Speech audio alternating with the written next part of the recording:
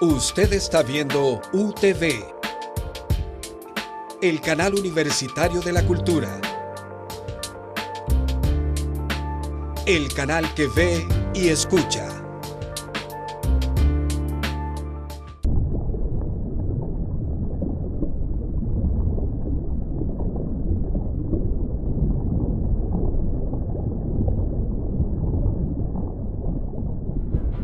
UTV presenta A Fondo. ¿Qué tal, amigos televidentes? Sean bienvenidos una vez más a su programa A Fondo, el cual es producido, como ustedes pueden ver, desde las instalaciones de la Universidad Nacional Autónoma de Honduras, particularmente desde el patio central del edificio de Rectoría. ¿Cuál es el tema de hoy? Es un tema ciertamente espinoso y difícil, es un tema que nos agobia a todos los hondureños. Es el tema de la violencia asociado al ejercicio del periodismo en Honduras. ¿Hasta dónde la práctica del periodismo en el marco de esta violencia e impunidad que impera en el país, cómo a todos nos afecta? ¿Quiénes son nuestros invitados para conversar de este tema?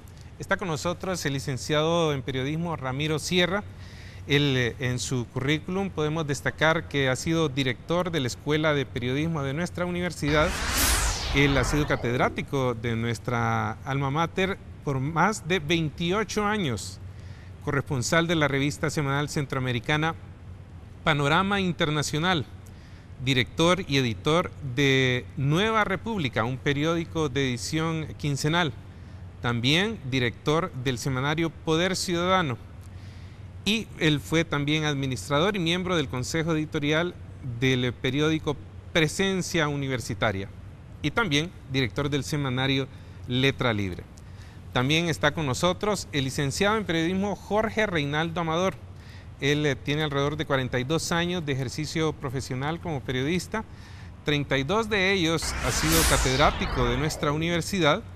Él pertenece a la primera promoción de la Escuela de Periodismo de nuestra universidad, fue el tercer graduado. Ha sido editor, columnista y analista de importantes radios en nuestro país como HRN y Radio América. Y también, cabe destacar, ha sido jefe de redacción del desaparecido diario El Día, diario El Cronista y también de diario El Heraldo. Con ellos estaremos conversando hoy sobre este tema del ejercicio del periodismo en el marco de la violencia.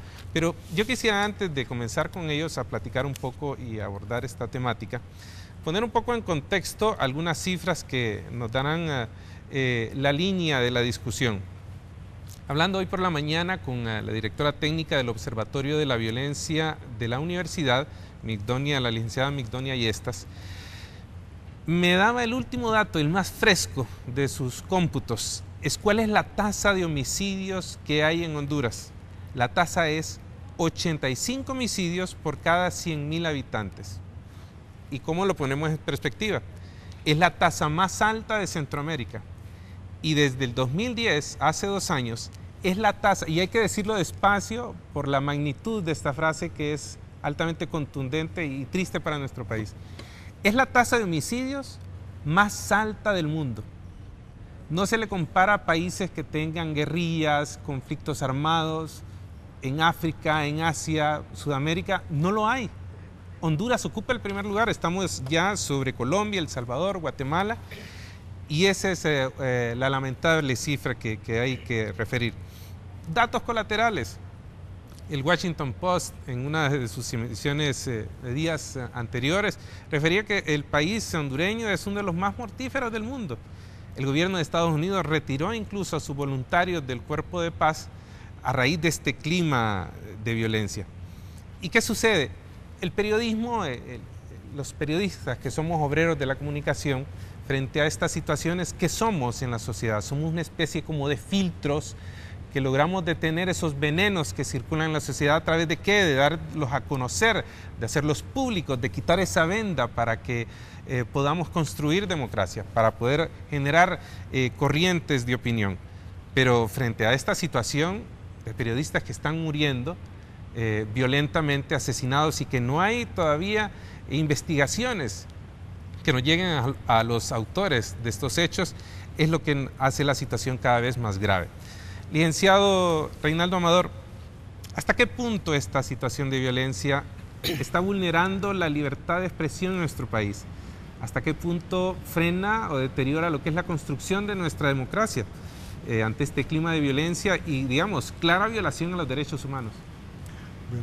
Pienso que en realidad esta etapa difícil que atraviesa el país en general respecto a la cometida de la violencia, en lo que corresponde a la repercusión que ha tenido en el periodismo hondureño, para mí que se inició en su etapa más reciente a raíz del golpe de Estado del 28 de junio de 2009, porque le digo yo que tengo más de 40 años de ejercicio profesional. En todo ese tiempo atrás nunca se había dado una situación tal de polarización en el periodismo hondureño como la que ahora estamos experimentando. Nunca habían muerto, bueno, pasaron muchos años para que muriera un periodista, ¿no? Por razones de su ejercicio profesional. Y eso, inédita. Sí, inédita, sí, ¿no? Pasaron, ¿qué le diré? Casi 40 años para que eso ocurriera, ¿no? Y los que morían, en todo caso, era por circunstancias naturales, pero no como ahora, que en menos de 2 años han muerto 18 de ellos, ¿no? Y de esos, pues, ningún caso hasta el momento se ha dilucidado. Entonces, pero me parece que la violencia propiamente empezó a manifestarse hace ya más de 2 años, ¿no? Cuando se manifiesta esa polarización del periodismo hondureño, en gente que está a favor de la ruptura del orden constitucional y gente que se manifiesta en pro del respeto a la institucionalidad, ¿no? Y a partir de ahí se genera violencia, cuando ya se cierran medios, se persiguen periodistas. La diferencia es que eso no trascendió porque pues, los medios afectados fueron medios que no son los tradicionales. Y las instituciones gremiales no se pronunciaron en solidaridad con esos medios y con esos colegas como sí lo han hecho con los medios tradicionales. Pero esa etapa de violencia, en lo que respecta al periodismo propiamente, inicia luego del golpe de Estado y se manifiesta ya con toda su crudeza a partir de inicios del año 2010, ya cuando estamos hablando de muertes, propiamente dicha, de asesinatos. Al extremo pues, de llegar a darse 18 en menos de 2 años, ¿no? Pero en general, como le digo, esto se remonta a 2 años y medio atrás, a raíz de la circunstancia política del 28 de junio de 2009. Licenciado Ramiro Sierra, pero ¿qué consideraciones se pueden hacer alrededor de lo que podría ser la subjetividad de los motivos de estas muertes? Podríamos... Nadie hasta ahora ha podido asegurar de que están ligadas los asesinatos al ejercicio del periodismo, pero tampoco nadie puede asegurar lo contrario. ¿Qué valoraciones se pueden hacer sobre ese extremo? Mire, yo quisiera comenzar refiriéndome a lo que es la libertad de expresión, que según la libertad de expresión es un derecho internacionalmente reconocido y consiste en poder accesar, recibir y divulgar información por cualquier medio y sin ningún tipo de fronteras. Eso. Sin embargo, hay que ver que si bien es cierto que tenemos la libertad de expresión y la misma Constitución de la República lo dice en el artículo 72 y también la Declaración Universal de los Derechos Humanos en el artículo 19 de 1948, la verdad es que el periodista, quienes ejercen o ejercemos el periodismo, topamos o nos confrontamos a una situación de violencia de parte de los sectores que se consideran perjudicados por las informaciones que se dan a través de la prensa. Entonces, esa violencia contra los periodistas los obliga de alguna forma a cambiar o a abstenerse o a arriesgarse en última instancia, ¿va? Y encontramos que la violencia en el periodismo es la forma más brutal de censura que existe en un país. Eso. Ahora bien, ¿qué hacer? ¿Ocultar la información? ¿Que pase desapercibida? A mí me parece que desde el momento que nosotros asumimos la carrera del periodismo, asumimos una responsabilidad frente a la nación, frente a todo el pueblo. El pueblo tiene el derecho de ser informado. ¿Sobre El cualquier derecho tipo de a interés saber personal? sobre cualquier cuestión, ¿va? A todo aquello que afecte el interés público, el interés de la comunidad. Por ejemplo, ¿dónde están las informaciones que busca la prensa? Principales, ¿va? ¿Dónde están las informaciones? Bueno, uno, en el gobierno, los funcionarios, las instituciones, para el caso Poder Judicial, Ministerio Público, Policía, Ejército, todo eso. Ahí están las informaciones que buscamos. ¿Y por qué? Porque todas las informaciones que ahí se puedan dar de alguna manera están relacionadas con el bien o perjudicando al público.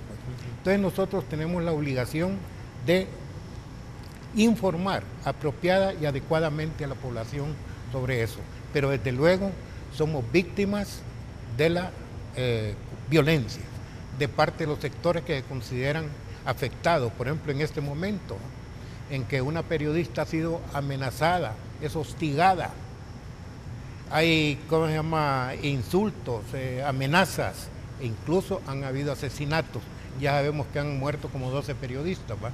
Por algunas razones, ¿va? Entonces hay todo eso, ¿va? El periodista se mira presionado, se mira, amenazado.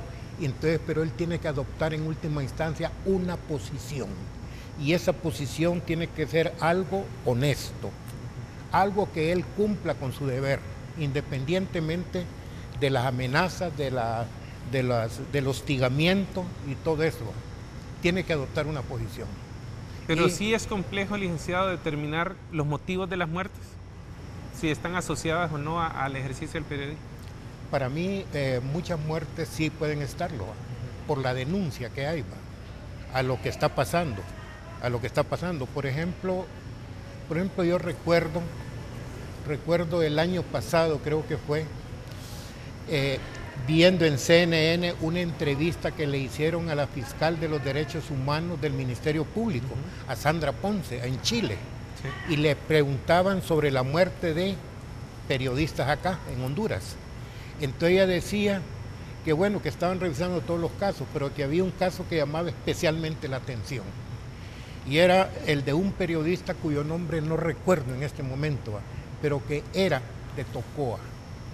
Este periodista, según las informaciones, fue capturado por la policía, torturado, golpeado, y después de una semana lo sacaron. Pero la semana siguiente, cuando él iba a llegar a su casa, fue ajusticiado, lo mataron, pues. Él tenía, entiendo, un canal de televisión y denunciaba y asumía posiciones, digamos, favorables a la resistencia. Entonces, por eso fue asesinado. ¿Eso fue después del golpe? Después del golpe, el año pasado. Claro. El año pasado, en Tocoa. Bueno, ¿hasta dónde los periodistas estamos siendo víctimas de la censura, la autocensura? Eso lo estaremos conversando en el siguiente bloque. Ya regresamos.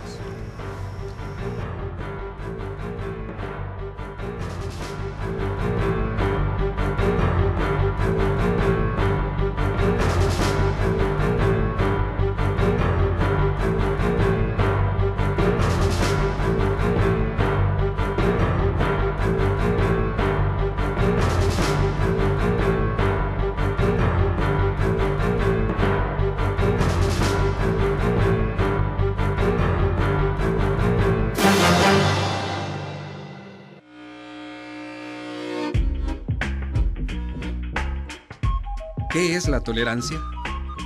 La tolerancia consiste en reconocer a los demás el derecho a que se respete su persona e identidad.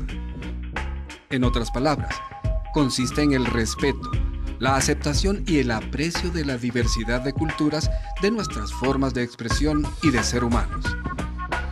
Tolerancia no es lo mismo que indiferencia. Es una actitud activa de reconocimiento de los derechos humanos y las libertades de los demás. Sin tolerancia, la paz no es posible.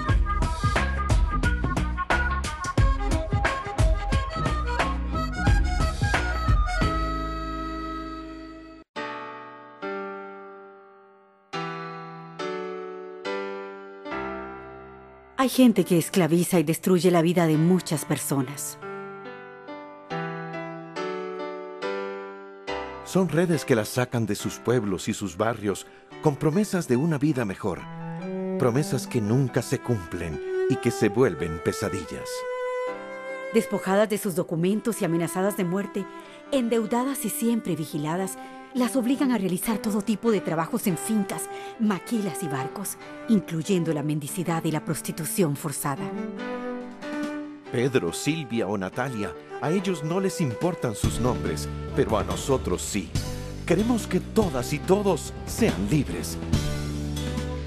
No más trata de personas.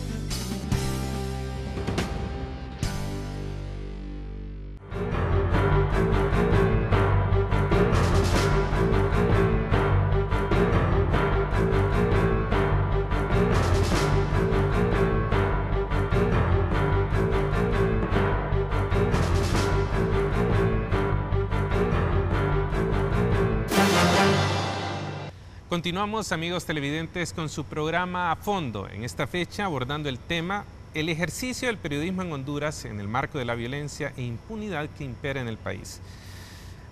Quiero dejar la pregunta abierta para cualquiera de los dos que quisiera abordarla primero. Es lo siguiente: la objetividad siempre ha sido muy subjetiva, no ha habido una objetividad absoluta en los medios de comunicación, no ha habido una libertad de expresión absoluta, porque mucha de la información que trasciende en los medios está supeditada, y hay que decirlo para que el público televidente lo sepa, a los intereses económicos del dueño o los dueños del medio de comunicación, a los intereses políticos también del dueño, y finalmente a los intereses particulares que pueda tener el periodista. En esta situación de un clima de fuerte violencia, que divulgar noticias, investigaciones, digamos, por dar un ejemplo, al tema del crimen organizado, pueda significar el peligro del periodista, y no solo de él, de sus familiares, de sus hijos.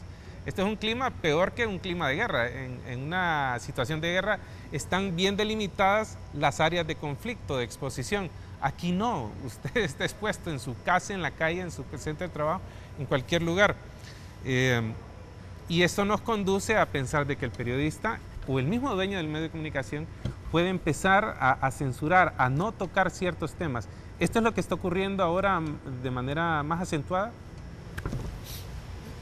Bien, yo debo decirle que en el curso de mi experiencia, yo conozco la censura y la autocensura desde siempre, ¿no? Hace muchos años, cuando fui a un periódico para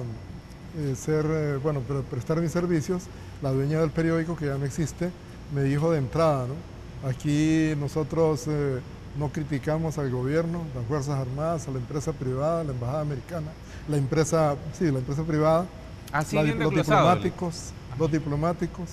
¿Quién más me dijo? La iglesia. Bueno, me dio una lista como de 10 o 12 sectores, de tal manera que me dice, y yo me pregunté, me quedé estupefacto y me pregunté para mis adentros de qué iba a escribir. si no se podía referir de ninguna forma a todos esos sectores que constituyen la espina dorsal de la información diaria, ¿no? Entonces tenía que terminar escribiendo sobre seminarios en pasado, presente y futuro. Y claro, me lo puso la señora dueña, la editora del periódico, ¿no? Luego en una cadena de radio, el dueño, cuando me contrató como jefe de producción y comentarista, me dijo de entrada: señor, me dice, aquí nosotros estamos con el gobierno de turno. Si le parece, lo toma, si no, lo deja. Entonces, como en los comentarios yo no iba a opinar en nombre mío, sino que era la posición editorial de la radio, pues terminé aceptando, ¿no? Claro, después pude expresar mi opinión en mis columnas personales, pero ya no me sujetaba yo a esa regla, ¿no? En medio de lo posible que hay. Pero lo cierto es que la censura siempre ha existido. A veces no tanto del periodista hacia el gobierno de turno, sino hacia el medio, hacia el dueño del medio. Y luego lo que hoy día está rigiendo es la autocensura, sobre todo respecto al crimen organizado, ¿no? Y eso no solo es propio de nuestro país, sino de otros lugares como México, Colombia, donde Brasil, donde el periodista puede abordar el tema del crimen organizado sin particularizar. Ahí está la clave de todo. Toda vez no personalice, toda vez no particularice, pues puede seguir viviendo. De otro modo, nadie le garantiza la vida. pero el problema de la censura siempre ha existido, siempre. Es decir, otra anécdota, fui jefe de redacción de un periódico capitalino que todavía se publica y publiqué una información sobre la formación de un sindicato en un banco y al día siguiente el dueño me llamó y me dijo, ¿por qué publicaste eso? ¿No sabes que yo tengo acciones en ese banco? Yo le dije, señor, yo lo desconozco. Lo que vamos a hacer de ahora en adelante es que usted me mande una lista de las empresas donde es accionista para no publicar nada de lo que le pueda afectar a usted. Bueno, licenciado, es que eso, perdóneme que lo interrumpa, hay que acotarlo también, que los dueños de medios no solo es dueño del medio de comunicación, sino que tiene una serie de intereses de holding de empresas muy diversas. El público debe saber que hay censura respecto a, bueno, primero que nada, a los intereses del dueño.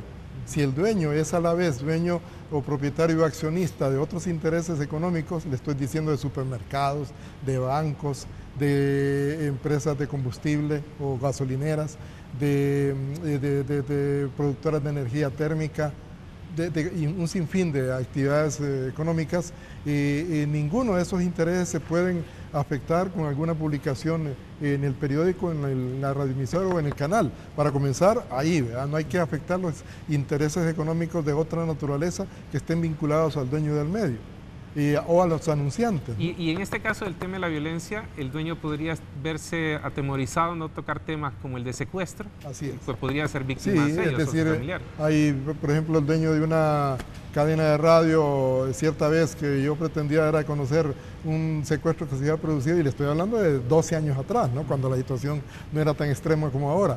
Entonces, el muchacho que estaba de turno en cabina en ese momento me dice, licenciado, no le recomiendo que lo haga porque el señor ha dicho que ese tema no se debe tocar, ni a favor, simplemente se debe ignorar, porque ellos temen ser víctimas de secuestro, ellos, sus hijos o sus nietos.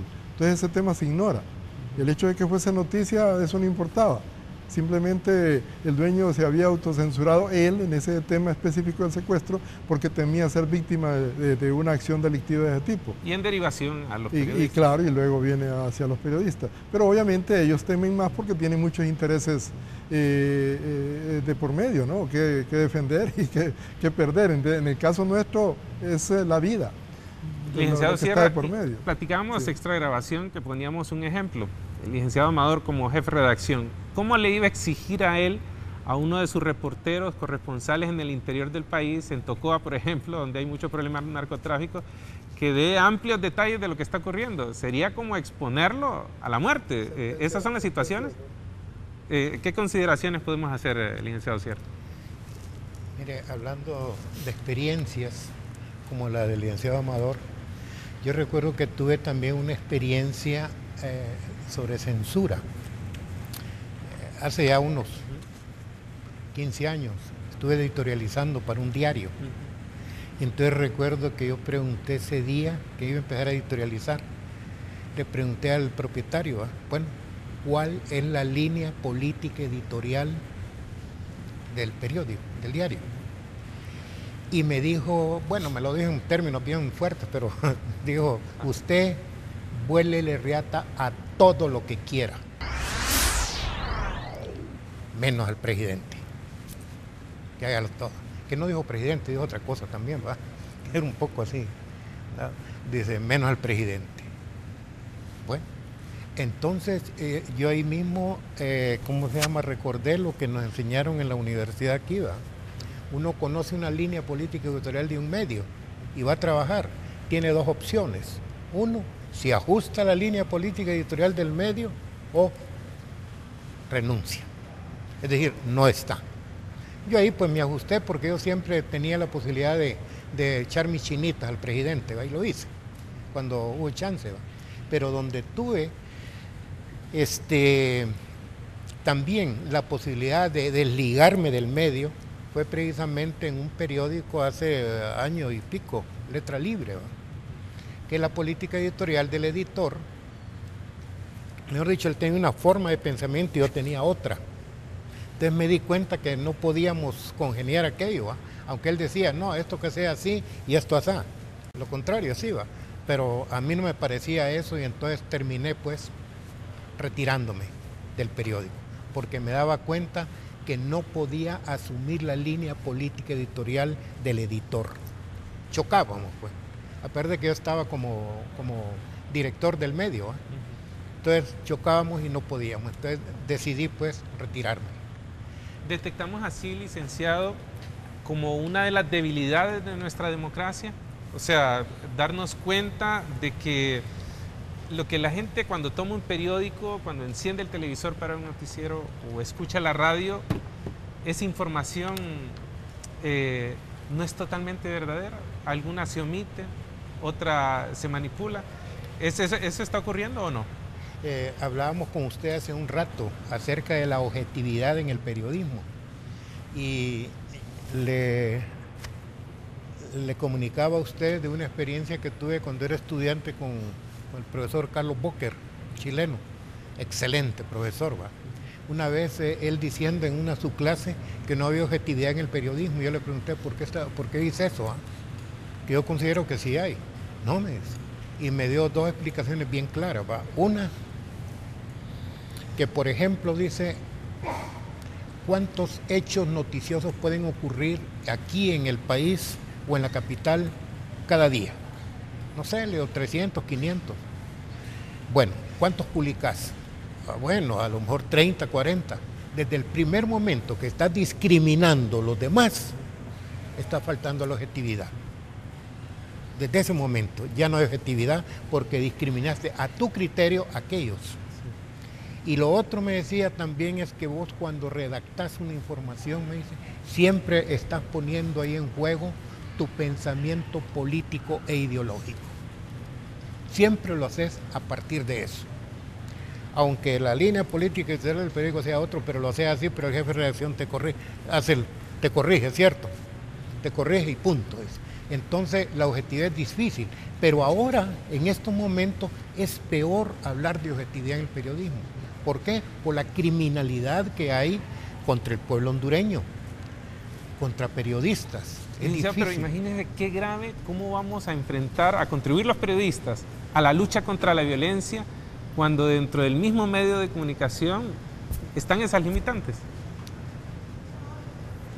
Sí, es cierto, están esas limitantes, pero de todas maneras hay que intentarlo y denunciar lo que haya que denunciar, informar lo que haya que informar, a pesar de todo. Porque si nosotros nos sometemos completamente a los propietarios de los medios y los medios se someten a lo que es el crimen organizado, el narcotráfico, la corrupción y todo eso, este país va a ir de mal en peor. Por ejemplo, yo recordando así un poquito lo que usted me decía también, o que usted informaba acá, 85 homicidios por cada 100.000 habitantes. Honduras considerado el país más violento del mundo. O como decía el Washington Post, la capital del crimen es Honduras, en el mundo. Recordando eso, lo que está pasando en el país, todo lo que está, y que parece que no tuviese solución, uno hay veces que se atreve a pensar que este país está peor que lo que han dicho siempre, que Honduras después de Haití es el país más peligroso. No, yo pienso que estamos por encima de Haití. Prácticamente, como diríamos, Honduras se han convertido en una especie de anatema. Anatema es una maldición, según el concepto bíblico, es una maldición, algo, y parece que Honduras fuera objeto de una maldición, pero yo creo que no, que es cuestión que nosotros asumamos nuestro rol, que denunciemos, que investiguemos y que continuemos y hacerlo, esa denuncia a nivel internacional, porque eso nos va a ayudar mucho. Ahora bien, ¿qué papel juega el Estado hondureño? ¿Qué papel juega el Colegio de Periodistas de Honduras frente a toda esta temática? Eso lo tocaremos luego de unos breves mensajes. Ya regresamos.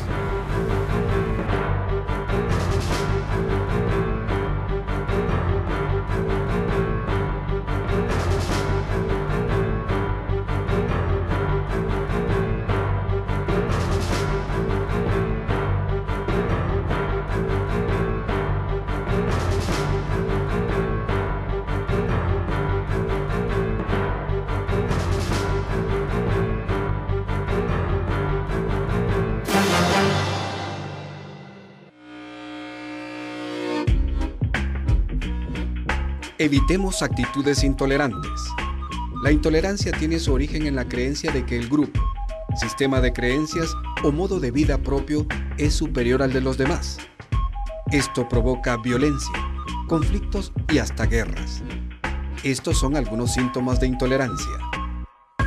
Usar un lenguaje despectivo, burlarse de otros, crearnos prejuicios, usar estereotipos, culpar a otros, discriminar a personas diferentes, ignorar a alguien, intimidar, hostigar, reprimir, no respetar símbolos y cultos, negar el acceso a la participación a personas o grupos, segregar a personas de diferente raza, sexo o religión.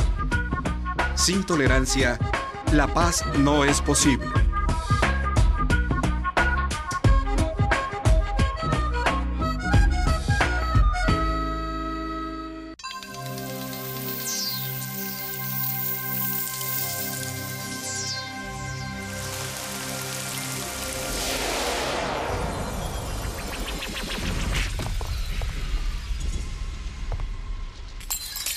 Bienvenidos. ¿Hoy quieren saber cómo bailan las moléculas? Ahora lo verán. Ustedes conocen este fenómeno. Han estado limpiando todo el día y sin embargo el aire se ve lleno de polvo cuando entra la luz del sol. ¿Cuál es la causa de que ustedes crean que toda la limpieza haya sido en vano? Es un principio muy sencillo. Las moléculas del aire están en constante movimiento y si chocan con una partícula de polvo, el polvo comienza igualmente a moverse. Las partículas bailan. El mismo principio puede aplicarse a una cápsula filtrante de té en el agua. Si no movemos el agua y esperamos lo suficiente, el té se expandirá por sí solo en la taza. Existen fórmulas para calcular las fuerzas que actúan entre las moléculas. Además, es la prueba de que los átomos realmente existen.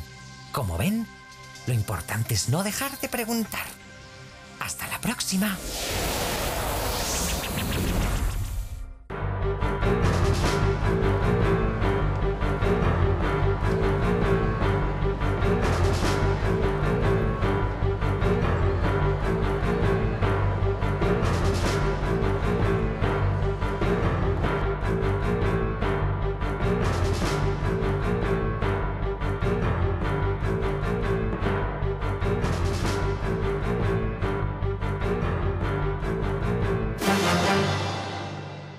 Amigos televidentes, regresamos con su programa A Fondo. Estamos con dos destacados periodistas hondureños que hoy nos honran con su presencia. No son teóricos, es cierto, han sido catedráticos de nuestra universidad por décadas, pero es gente que ha vivido la experiencia en los medios de comunicación, conocen muy bien la realidad, el laberinto de este trabajo periodístico.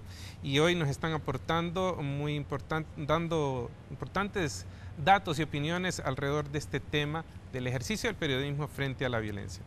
Pero, ¿cuál ha sido el papel de nuestro Colegio de Periodistas de Honduras frente a esta situación? Licenciado Reinaldo Amador. Bueno, yo siempre he dicho a mis alumnos que el Colegio de Periodistas, desgraciadamente, ha cumplido una función más ornamental, ¿verdad?, que efectiva. En beneficio, ¿De ahora o de siempre? De siempre, de siempre. Es decir, así ha sido durante, ¿cuántos años? 30 años creo que tiene ya de haber sido fundado, allá por el 82, y siempre ha sido así, ha tenido una postura pasiva frente a los problemas de la vida nacional y en particular gremiales, ¿no? Y cuando se ha manifestado es por razones muy casuísticas, ¿no? Lo que acaba de ocurrir hace un mes, a raíz de unos atentados contra un diario capitalino. Ellos se manifestaron de manera amplia, es decir, los dos periódicos capitalinos le otorgaron grandes despliegues en portada a esa circunstancia lamentable atravesada por ese rotativo capitalino, pero no ocurrió lo mismo con lo que le pasó a otros medios 2 años y medio atrás, ¿no?, después de la ruptura del orden constitucional. Y se manifestaron en las calles inclusive, es decir, en solidaridad con esa circunstancia. No ocurrió lo mismo con esos colegas 2 años y medio atrás. Y pudimos ver cómo reprimen la manifestación de las muchachas periodistas, pero la otra no fue reprimida, más bien fue escoltada por la policía. Entonces uno se pregunta, ¿por qué ese trato discriminatorio que se manifiesta en el propio gremio periodístico nacional? Entonces me parece que el colegio no ha cumplido ese rol que debería haber desempeñado hace ya mucho tiempo, ¿no?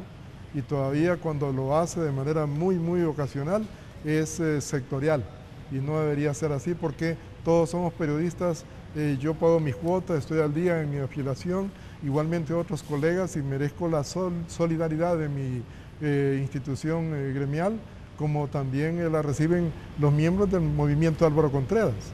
Y sin embargo no ocurre eso.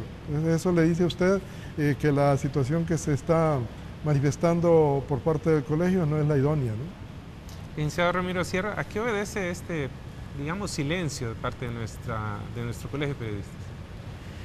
Bueno, mire, en principio estoy totalmente de acuerdo con lo que señala, con lo que indica el licenciado Reinaldo Amador, que hace una posición bastante pasiva del colegio respecto a otros compañeros que han sido agredidos, a otros medios de comunicación, como el caso del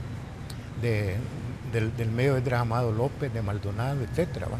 Y luego estas muchachas que desfilaron hace poco también, que fueron agredidas. No se miró la misma solidaridad que cuando la tribuna, que dicha sea de paso, yo siempre he admirado lo que hizo la tribuna en el trabajo investigativo y divulgativo de lo que estaba ocurriendo. A mí me pareció excelente el trabajo que se hizo en la tribuna. Estoy de acuerdo con eso.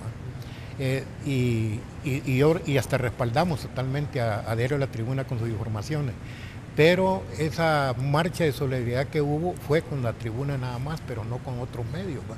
Entonces yo pienso que esto debería de ampliarse, como si no, yo creo que es necesario que aquellos periodistas que estén dispuestos a enfrentar lo que está ocurriendo, tenemos que organizarnos separadamente, pues, para hacerle frente a esa situación, ¿va? Y cumplir con nuestro rol de informadores de la opinión pública, dar a conocer lo que está ocurriendo, lo que está pasando en este país. Es la única forma de frenar la situación. Si nosotros callamos, más se va a ensanchar la criminalidad en este país.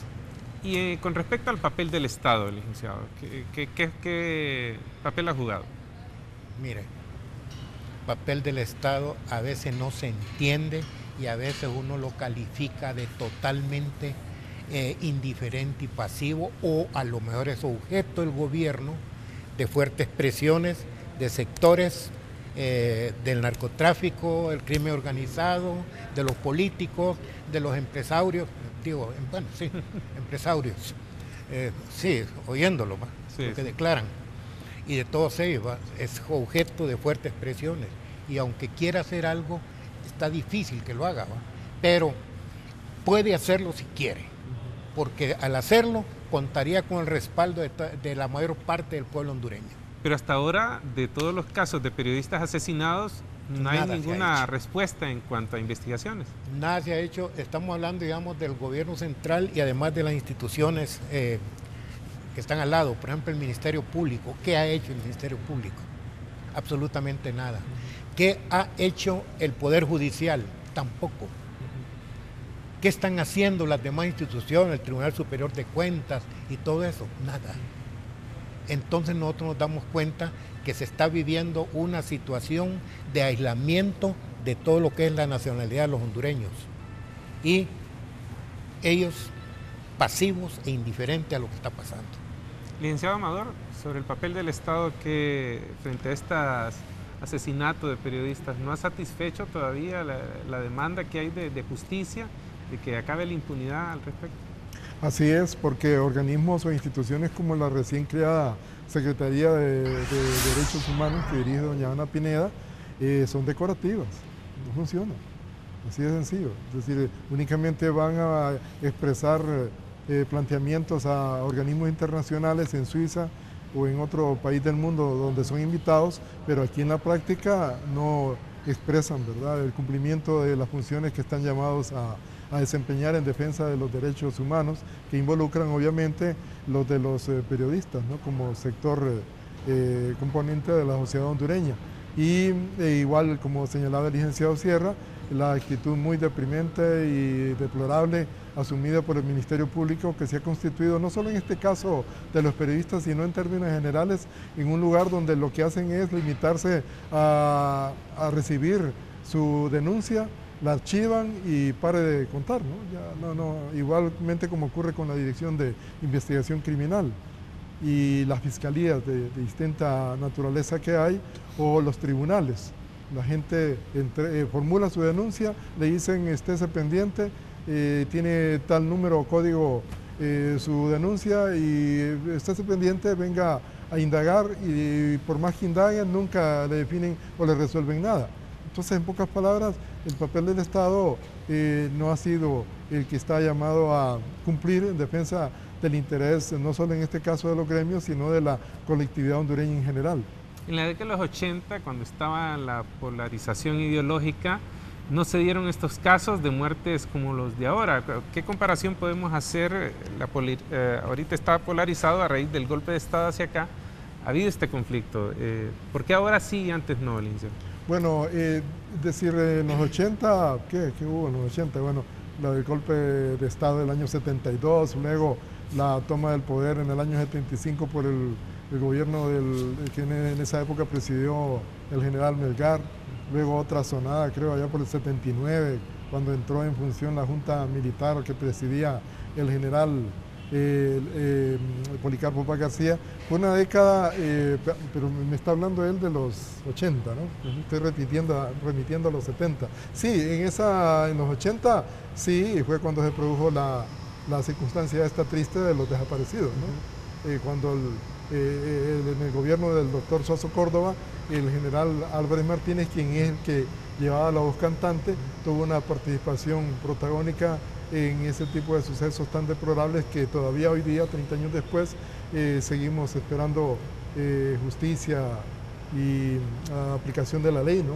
Y también todavía espera por eso. Y en aquella época se debió, pienso yo, pues a una circunstancia en la que estaba de por medio la doctrina de la seguridad nacional, muy en boga, no solo en países sudamericanos, sino que también en esta franja de Centroamérica, que en aquella época pues estaba conmocionada por las guerras insurreccionales que se daban en Nicaragua, en El Salvador, en Guatemala, y de las que obviamente, aunque no se produjo eso en Honduras, fue por reflejo, ¿verdad?, víctima de Honduras de ese tipo de situaciones, ¿no?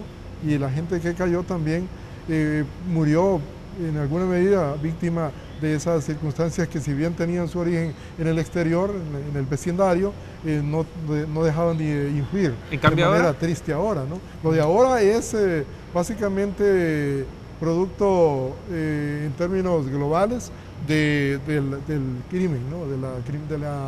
Del crimen organizado sobre todo, y de la violencia común, que no solo afecta a nuestro país, sino que es un fenómeno mundial, ¿no? Hay unas cifras que no quiero dejar de señalar porque me parecen bien importantes respecto a eso de la criminalidad en general, y que yo incluí dentro de un análisis comparativo.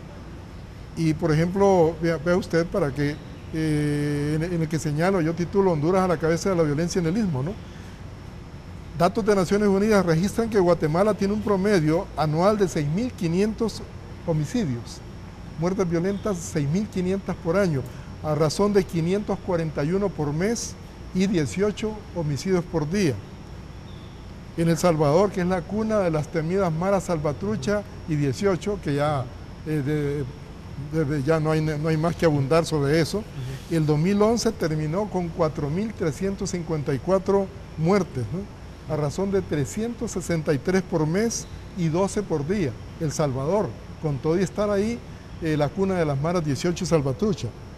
Una cifra superior a la del año 2010, cuando los homicidios agravados en El Salvador ascendieron a 3.987.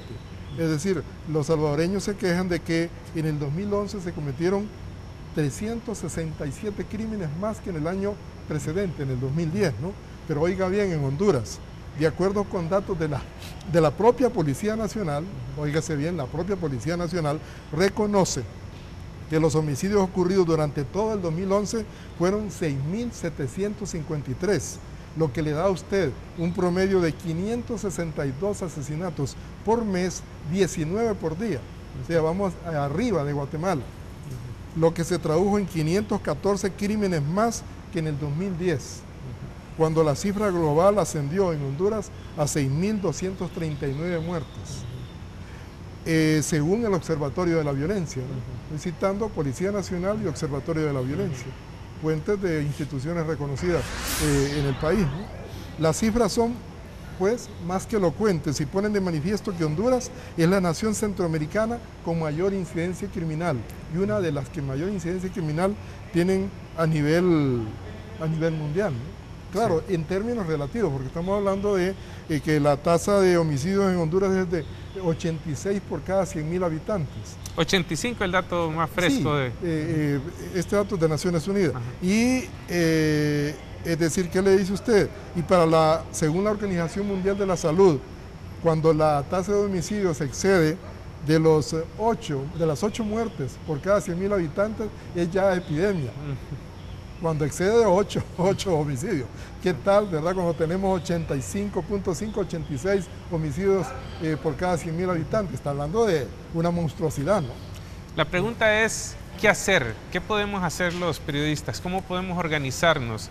Si el Estado y tampoco la organización gremial actúa, ¿qué caminos hay? Eso lo abordaremos luego de un mensaje. Ya regresamos.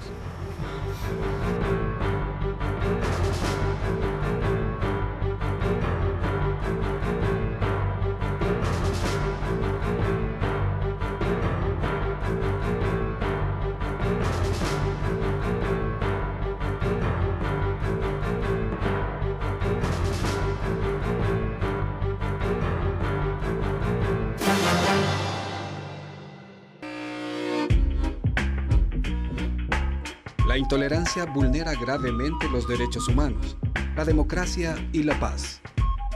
Estos son algunos tipos de intolerancia. Sexismo, excluir a las mujeres. Racismo, considerar grupos raciales como inferiores. Etnocentrismo, considerar una cultura como superior. Nacionalismo, creer que una nación es superior. Fascismo, impedir la diversidad. Xenofobia, aversión a los extranjeros. Explotación, abusar del trabajo de alguien. Represión religiosa, imponer una religión. Antisemitismo, discriminar a los judíos. Sin tolerancia, la paz no es posible.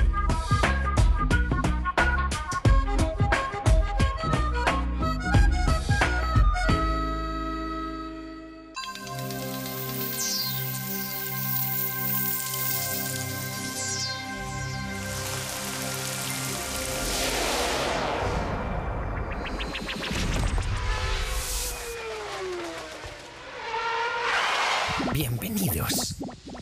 ¿Hoy quieren saber cómo se produce la curvatura del espacio? Ahora lo verán. Ustedes seguramente creen que el trayecto más corto entre dos puntos es una línea, ¿verdad? Pero veámoslo con más detenimiento. Un sol ilumina a un planeta. Según nuestro concepto, la trayectoria de la luz hacia el planeta es directa.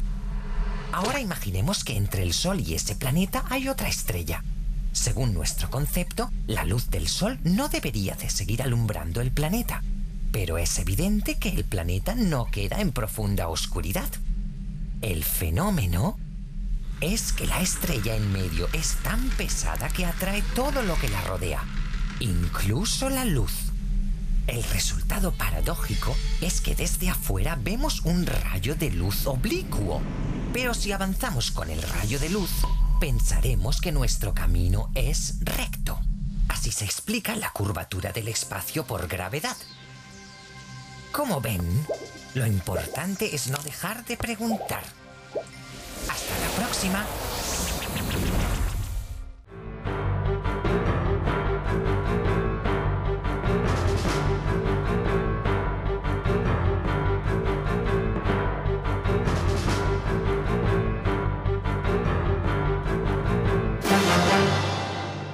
Bien, amigos televidentes, llegamos al último bloque de nuestro programa.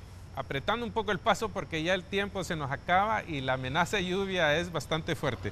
Y yo no quiero terminar el programa sin rescatar un poco el papel que han jugado un grupo de colegas periodistas, mujeres, del colectivo por la vida y la libertad de expresión. Yo decía antes de ir a la pausa comercial, ¿qué hacemos? ¿Qué podemos hacer como gremio, como periodistas? Creo que ellas nos han dado cátedra, es un ejemplo de un accionar.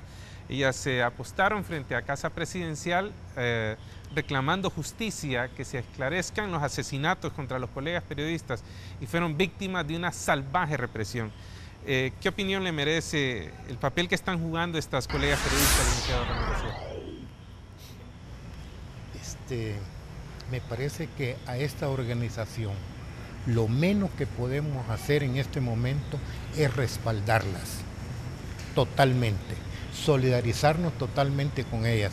Para el caso hay formas, vaya, Sé Libre lo hace, Sé Libre, la ONG sobre la libertad de expresión, ¿va? Las está respaldando bastante, totalmente a ella, ¿va? Yo pienso que nosotros, aquellos periodistas que tenemos una forma distinta de pensar, lo menos que podemos hacer es tratar de unirnos e ir también como organización a respaldarlas, apoyarlas en todo lo que están haciendo. Yo creo que ellas nos están dando a nosotros una lección de lo que debimos haber hecho nosotros desde antes. Ellas lo están haciendo y es más, Ismania, una de las compañeras, está siendo víctima de amenazas, Ismania de intimidación. Ismania Platero. Sí, está siendo víctima de amenazas, de intimidación y todo eso, ¿va? Y bueno, y yo pienso que lo menos que podemos hacer nosotros es buscar a solidarizarnos con ellas, estimular esa organización, apoyarla y ampliarla totalmente con la participación activa de nosotros, pero no podemos quedarnos con los brazos cruzados. Yo creo que ellas han hecho un sacrificio, nos han dado una lección al Colegio de Periodistas, al APH y a todos nosotros. Nos han dado una lección al manifestarse solidariamente, exigiendo libertad de expresión y todo eso. Licenciado, y no solo fue que les cortaron el paso, la golpearon también. La reprimieron.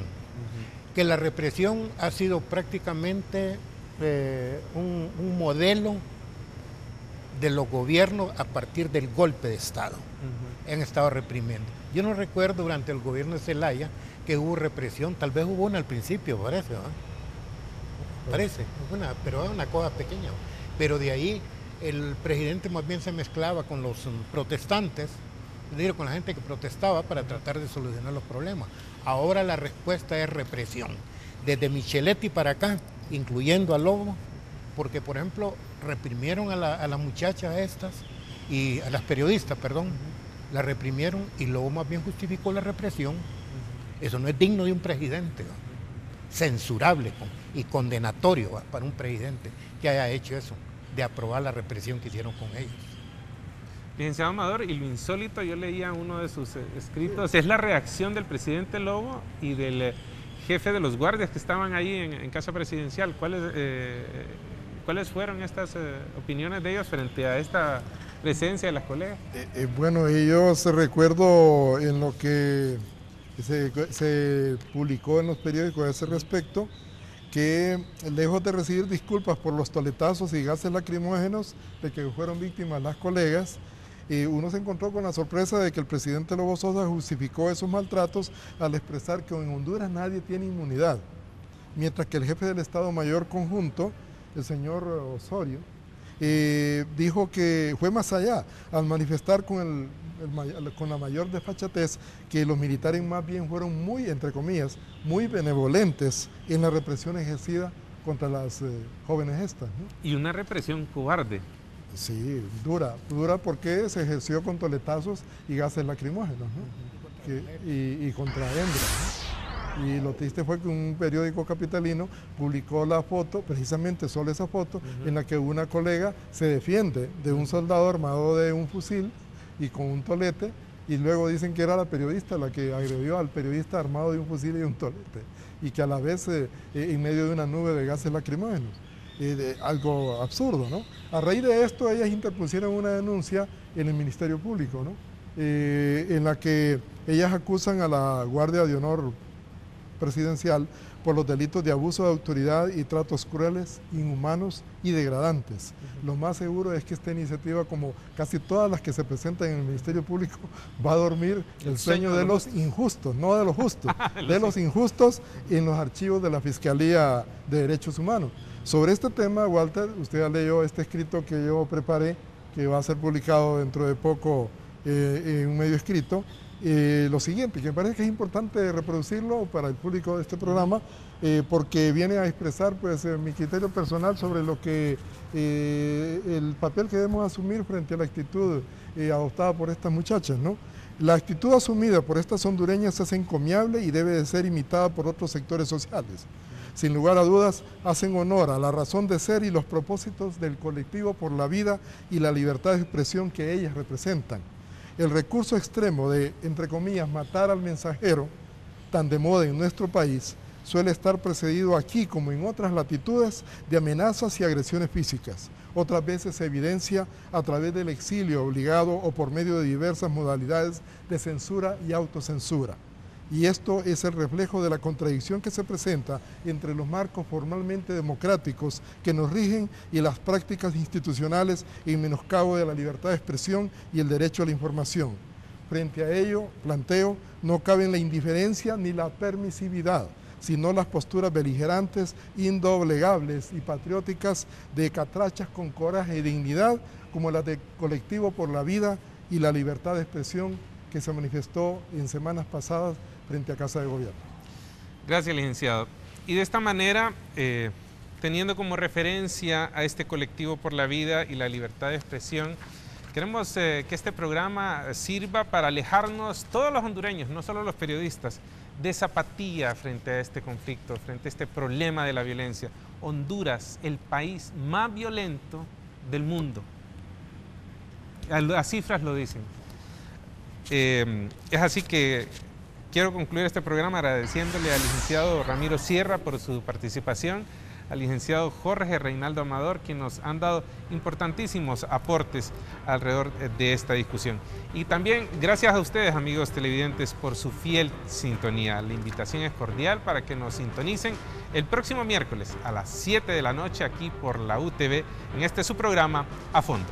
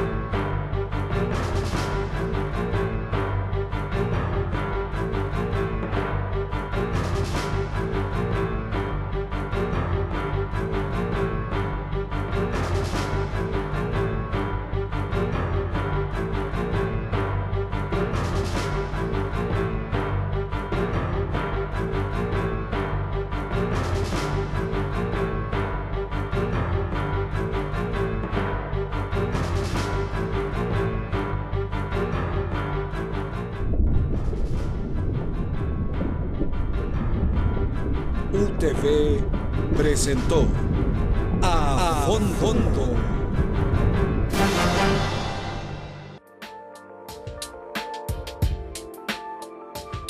Usted está viendo UTV, el canal universitario de la cultura. El canal que ve y escucha.